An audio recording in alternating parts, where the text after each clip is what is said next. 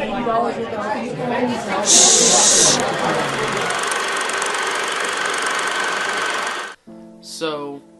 this whole coronavirus thing has me at a roadblock. I'm kind of experiencing writer blocks with the short film script I'm working on. I can't move forward into production on my next short film because of the whole coronavirus thing. So I've had a bunch of time to comb over my Blu-ray collection. I thought, now's the perfect time since I actually have time to go through my Blu-rays. I do have them divided up into different sections, like regular Blu-ray cases, then I have slipcovers, then I have steelbooks, and then so on and so forth. The first one I grabbed was the Stephen King double feature of Misery and Carrie. Now, it does do something I hate, which is have both movies on one disc, but it does do something I love. It has the original posters on the inside. I love that Scream Factory is always doing little stuff like that. I think it shows a lot of attention to detail and a lot of care into their packaging. Next is the film I still haven't seen, Clickbait. Does not look very good. It is a horror pack exclusive, if that means anything to you. The horror pack, for those of you who don't know, is a subscription box where you pay $24 a month or $18 a month and get a box of Blu-rays or DVDs, respectively. All horror themed. I've been doing it for the past 7 months, and I love it. Video not sponsored. Yet. Then we have Elizabeth Harvest. Don't know what's wrong with me. But, I started watching this, but I had to cut it off halfway through because something came up, and I haven't started watching it again. It started off interesting. It started off very slow, and I was interested to see what happens, what really kicks the movie off, but I just haven't had a chance to pull it back in. Nick and Nora's Infinite Playlist. It's your standard rom-com. I don't know what to say. It's really nothing special. Escape from Tomorrowland. I admire this film purely because Disney was like, you can't shoot in Disneyland. The filmmakers was like, we're going to anyway. Fright Night. My favorite horror film of all time. Scooby-Doo and Scooby-Doo 2, Monsters Unleashed. Childhood guilty pleasures. Under the Bed. Haven't gotten the chance to watch it. The Machine. Haven't gotten a chance to watch it. Lady Bird. My favorite film of 2017. As much as I love Shape of Water, this should have won Best Picture. The Descent is probably one of the best modern horror films, hands down. Anomalisa. One of my favorite animated films of all time. It's probably my favorite Charlie Kaufman film. Is either this, Synecdoche, New York, or Eternal Sunshine of the Spotless Mind. I was first exposed to Charlie Kaufman through Eternal Sunshine around the same time this came out, and I saw it illegally on the internet during school hours, and if you've seen this movie, you know watching this on a school computer probably wasn't the smartest idea. If any of you are asking why, 3 words: puppet sex scene. And not played for laughs puppet sex scene. Like, it is straightforward. This isn't supposed to be funny. This isn't supposed to be sexy. It's actually supposed to be kind of sad puppet sex scene. It makes a lot more sense if you've seen the movie, which you should. It's really good, and it's one of the most emotionally devastating movies I've ever seen. Blade Runner, the final cut. I would prefer the director's cut because it doesn't have the obnoxious color grading, but this is probably the best sci-fi film ever made, and if anyone tells you that 2049 is better, they're full of shit. Paprika! Really, really good anime movie. Satoshi Kon's probably one of my favorite anime directors. Like, he is up there with Hayao Miyazaki, and while this isn't my favorite film of his, my favorite film of his is Perfect Blue. This is a close second. The Reef. The Reef is just a stupid shark movie. Not very good. Drag Me to Hell. Sam Raimi's one of my favorite horror directors, one of my favorite directors in general. I haven't been excited about a Marvel movie since Thor Ragnarok, and ever since they announced that he might be directing Doctor Strange 2, I've been excited for that. Get him to the Greek. It's your standard dumb comedy. I remember really liking the songs from this in middle school, especially the song Beans and Mash. I used to have that on my MP3 player. Black Swan. It is probably one of the most suspenseful thrillers I've ever seen.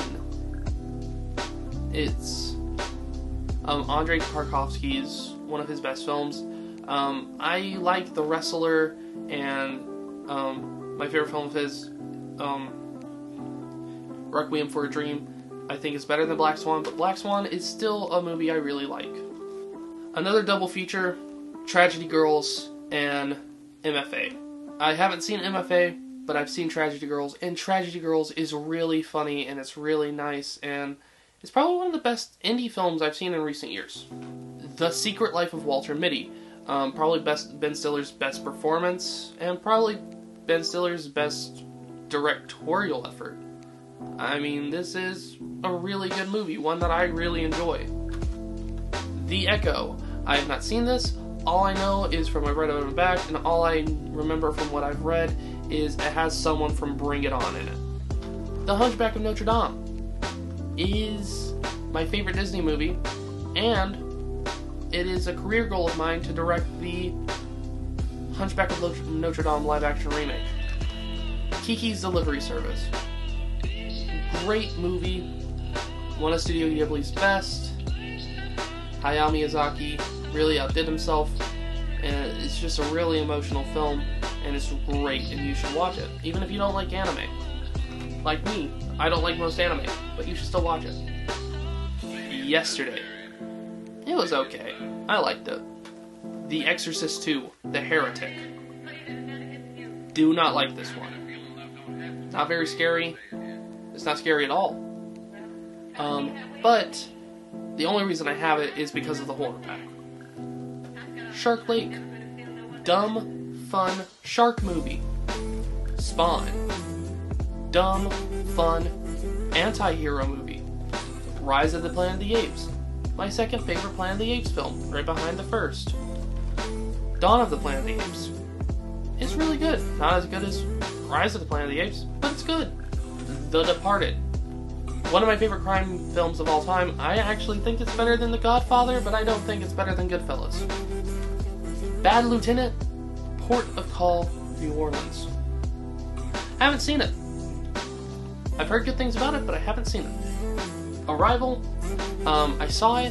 Don't remember much about it. Excited to watch it again. This is where I leave you. Haven't seen it. Heard meh things about it. But this just seems like my type of movie. Plus it has Adam Driver in a non-Star Wars role, which he's usually good in these types of roles. Basically, everything outside of Star Wars. I'm not a big rom-com guy, but there are some rom-coms I like. Sleepless in Seattle, When Harry Met Sally, my personal favorite, Eternal Sunshine of the Spotless Mind, if you count that as a rom-com. Some people do, some people don't. And then there's 500 Days of Summer, which I really like this movie. It's smart, it's funny. Tom's not the good guy. Tom was kind of manipulative and set Summer on this pedestal that was that she didn't like, and he kind of forced her onto this pedestal, and you know, he was just kind of a shitty guy for doing that.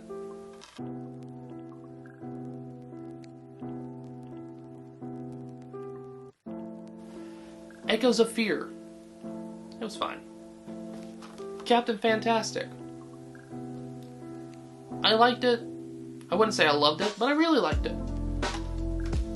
Halloween. It's Halloween. It's not the shitty Rob Zombie remake. It's the good Halloween. So, what am I supposed to say about it? It's really good. Don't Breathe. Better than I expected it to be. A League of Their Own. It's good. Condemned. I don't know what to say. I watched this, but I don't remember anything about it. Cedar Rapids. It's an okay comedy. The Revenant. Don't understand why Leo got an Oscar for this film. He should have got it for Wolf of Wall Street. Big Trouble in Little China. Not John Carpenter's best work, and not Kurt Russell's best work, but it's a fun action comedy. Victor Crowley. Haven't seen it.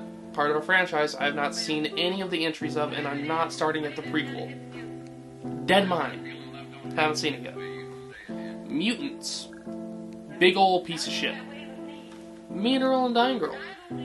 This is a really influential film for me as both a writer and a director. It's what introduced me to a lot of classic films, because I watched it whenever I was 15. Maligan. Maligan? Maligan. I don't know how to pronounce it. It's really a surprisingly good movie. Outside of the performance by the lead actor, who's really wooden and stiff throughout the movie. But besides that guy, everyone does a really good job here, especially Brad Dourif, who's always a win. Hilarious. It's actually really funny, except for the heavy metal scene. Hexing. Did not like it. Wouldn't say it's garbage, but not the biggest fan. I'm Dreaming of a White Doomsday. Surprisingly good film. I think it's on Amazon Prime and Hulu. Johnny Gruesome. Surprisingly funny. And not, oh, it's so bad it's good funny, but it's genuinely funny at points. American Hustle. It's a perfectly fine film. I think it's classified as a thriller. I mean, I like it. I'm not going crazy about it. Logan. The best superhero film of all time, and I will fight anyone who says otherwise. Endgame be damned. The Tale of Princess Kaguya. Studio Ghibli strikes again with an amazing movie. Shouldn't surprise you. Mortal Kombat. Guilty pleasure. Brightburn. I liked it. Inherent Vice. It was okay. Thale. I haven't seen it yet. The 1978 version of Invasion of the Body Snatchers. I really like this film. And it comes with these sweet promotional cards for Alien, if it will focus. See? It comes with these sweet promotional cards. Climax. One of the most breathtaking, anxiety-inducing, panic attack triggering films I've ever seen. If you are easily triggered, if you are very sensitive to the thought of drugging, children's death, forced abortions, don't watch this movie. But if you're okay with all, not that if you're okay, but if you're okay with watching that type of stuff, watch this movie. It is one of the most thrilling, exhilarating, amazing experiences I've ever had with a movie. Bohemian Rhapsody. I wasn't a fan of this movie. Editing sucked. Trainspotting. One of my favorite films of all time. Very influential to me as a filmmaker. When Marnie Was There. The first film to ever make a teenage JT cry. And it's also my favorite Studio Ghibli film. Who Framed Roger Rabbit? I don't care how advanced CGI gets, it will never look as good as this movie. Swiss Army Man, probably one of the most moving experiences I've ever had watching. The Other Guys, standard comedy. American Mary. I really like this film. No Country for Old Men. I mean, what are you expecting to say? It's No Country for Old Men. It's one of the best crime dramas of all time. Kubo Into Two Strings. Laika's best movie. I really love all their movies. I like Box Trolls. I like Paranorman. I liked Coraline. I liked Missing Link. But this one definitely takes the cake for me. The Lighthouse. I really liked this movie. It was one of my favorite horror films of 2019. Roger Eggers really outdid himself. I didn't like it as much as The Witch, but I still really, really, really like this movie. Shin Godzilla. The best Godzilla movie since the original. I did not like Godzilla 2014 or King of Monsters, so this one was definitely a highlight for me. It's a Wonderful Life. Christmas classic. Nakasaka, The Valley of the Wind. One of Studio Ghibli's best movies. Child's Play. Not as good as Curse or Cult of Chucky, but it is far better than Child's Play 3, Bride of Chucky, and Seed of Chucky. The Banana Splits movie. This is a fun, dumb movie about killer animatronics. It's fun. The Hole. Surprisingly really good. I mean, Joe Dante directed this movie. If you don't know who Joe Dante is, he directed Gremlins. So, despite me never even hearing of this film, or I don't even think it got a theatrical release, this is a really good movie and you should watch it. Shazam. Best DCEU movie. The Darkness. Haven't had a chance to watch it yet, but it has Kevin Bacon in it. Spider-Man Into the Spider-Verse. Probably the best Spider-Man film. Either that or Spider-Man 2. Detective Pikachu. Baby's First Noir. Suspiria. My second favorite horror film. A Silent Voice. Haven't had a chance to watch it. Donnie Brasco. It's a really good... I really like this crime drama. Pavarotti. Been trying to pronounce that right. Don't know if I got it, but despite not being a fan of Italian opera, Ron Howard somehow got me to give a shit. The Legally Blonde Collection. Yes, I really, really like Legally Blonde. Not a big fan of the sequel, but this one is amazing. I love Legally Blonde. Die Hard. Die Hard's a Christmas movie? Fuck you if you don't think so.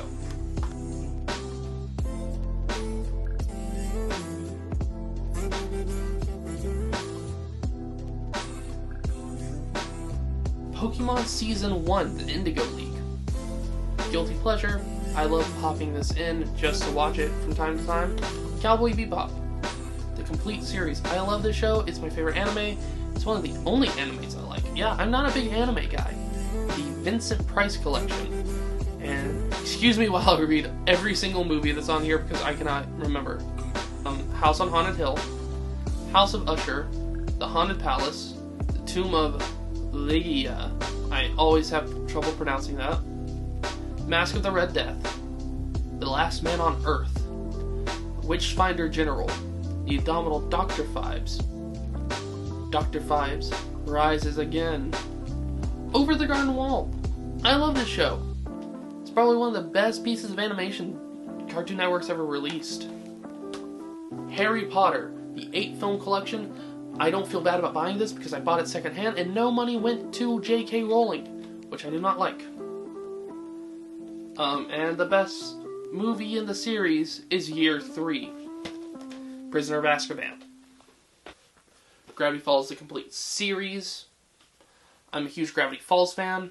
I love Gravity Falls. It is probably one of my favorite TV shows of all time. The best way to describe Gravity Falls is the X-Files or Twin Peaks made for kids. Chucky 7 movie collection. It has all 7 main series Child's Play movies before it got rebooted. So that's Child's Play, Child's Play 2, Child's Play 3, Bride of Chucky, Seed of Chucky, Curse of Chucky, and Cult of Chucky. I'm not the biggest fan of the 3 in between because they're just boring and bad. Where 1 and 2, love them, and Curse and Cult brought it back to its horror roots, and Chucky wasn't as jokey, and everything was a little more serious. The last part of the collections, part of my collection, is Stranger Things Season 1. I love this. I bought it secondhand at Game Exchange. Ghostbusters. Ghostbusters 2. Fight Club. One of my favorite movies of all time.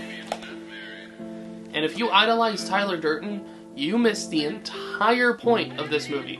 2 seconds. There we go. Clash of the Titans. World War Z. Deadpool. Deadpool 2. The reason I really like this steelbook is, look at that. I really like the artwork. I think it like represents the film so well. The Wolf of Wall Street. The Oscars should have gone to Leo for this one. Journey to the Center of the Earth. Zoolander. The Back to the Future trilogy, 30th anniversary edition. Edward Scissorhands. Rocketman. Drive. The Longest Day. Pokemon the first movie, Pokemon the movie 2000, and Pokemon 3 the movie, or as I like to call them, the We Can't Get Our Naming Convention Straight trilogy. My favorite steelbook. My Universal's Monster steelbook. I mean, look at that. Look at that. That's beautiful. This is beautiful. This is beautiful. I don't like the way they package the disc though. Look at this monstrosity. It's disc on disc. Look at this. Look at this. If I can get them out. Monsters. Monsters Universal. You have become the very thing you created. And the final steelbook, and the first steelbook I ever got, The Evil Dead. Really like the back.